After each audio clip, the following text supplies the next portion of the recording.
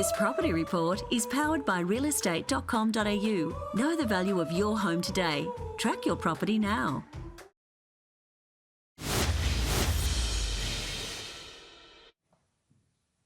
Let's take a look at that Australian fascination. Our property market, we've got limited supply in the market for much of the past 12 months and high levels of demand, of course. Conditions have been extremely competitive for buyers and pretty good for sellers. Joining me now from realestate.com.au is John Healy. John, we're wondering when this might end, but new data suggests some suburbs around the country have properties selling in just a handful of days. Yeah, that's right, they are, and homes are selling really quickly in many suburbs around the country as buyers do face limited choice and are often fueled by that fear of missing out, meaning that they're really honing in on the properties that are available for sale. And that new data out this week from PropTrack did reveal that the fastest selling suburbs in the nation are actually in Hobart right now, with suburbs such as Mount Stewart, Oak Downs, South Hobart. Properties there spending just a median of 8 days on the market before being sold in the 12 months to September. But there was some better news for buyers in that neck of the woods, with new listings up in Hobart 7.3% in September. But the issue remains that the total amount of properties for sale there is just not enough to keep up with that demand and is sitting at near record lows.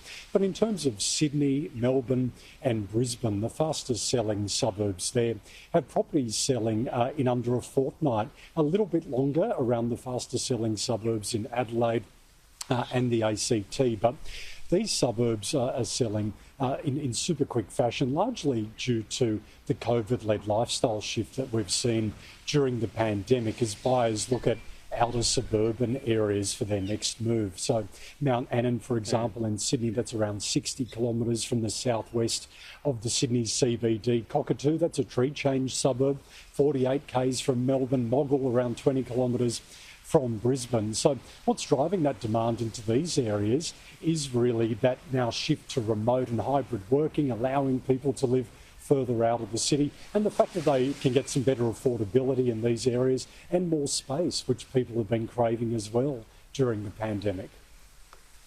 Yeah, interesting, isn't it? So, you had complaints about being on the edge of the city. Now they're going beyond that to get what they want, that is buyers. But turning to this week's auction activity, the traditional Melbourne Cup long weekend, where we see a bit of a dampener, hasn't done so for this particular auction period. No, that's right. Auctions in Melbourne this weekend, numbers here are very strong again, as seller confidence really does return very quickly into the market following lockdowns. We've seen there's 1,400 properties scheduled to go to auction in Melbourne this weekend, which would be its fourth scheduled Super Saturday in a row. Those numbers are up 23% on auction volumes in Melbourne last week and 232% up on auction volumes in Melbourne at this time last year.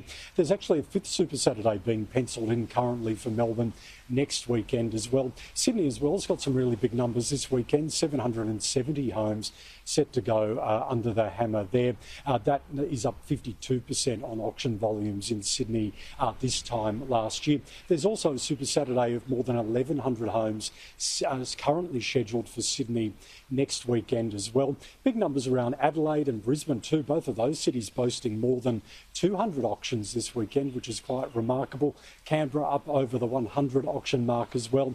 Nationally, we're expecting just over 3,200 properties to go to auction this weekend, which is 129% up on this time back in 2020. All right, so a quick look back at last weekend's results now. In-person auctions returning to Melbourne. I don't even know if they're even needed, given they're getting snapped up quickly, but what did clearance rates look like? Yeah, that's right. Well, clearance rates for the first weekend of in-person auctions returning to Melbourne. And of course, there were still some online auctions in the city last weekend. That saw the clearance rate rise around 2% week on week to just over 91% there. Elsewhere on the auction results available, Sydney's number was flat week on week, but Brisbane had a big surge up around 12% week on week to sit at a 90.5% clearance rate there. But just looking at these capital cities, all 5 up over the 90% range. It does speak to that issue of the huge buyer demand relative to the amount of supply that's in the market at the moment. All right, finally, John, a number of the homes grabbing the attention of potential buyers this week come with some, I don't know if you call this impressive or intimidating price tags. They could be called either, Tom, I reckon. Some really eye-watering numbers in our 5 most viewed properties this week, dominated by homes around Victoria and South Australia. The top 3 there on the list. Just a great example of some of the prestige property that's on the market at the moment, starting with a guide there of $8.5 million right up to $23 million. And speaking of which, if we have a closer look now at that home in Patterson Street in Hawthorn, just about 6 kilometres from the Melbourne CBD. It's a magnificent mansion. It's a 7-bedroom, 5-bathroom home on 3,500 square metres. It's a circa 1882 built property.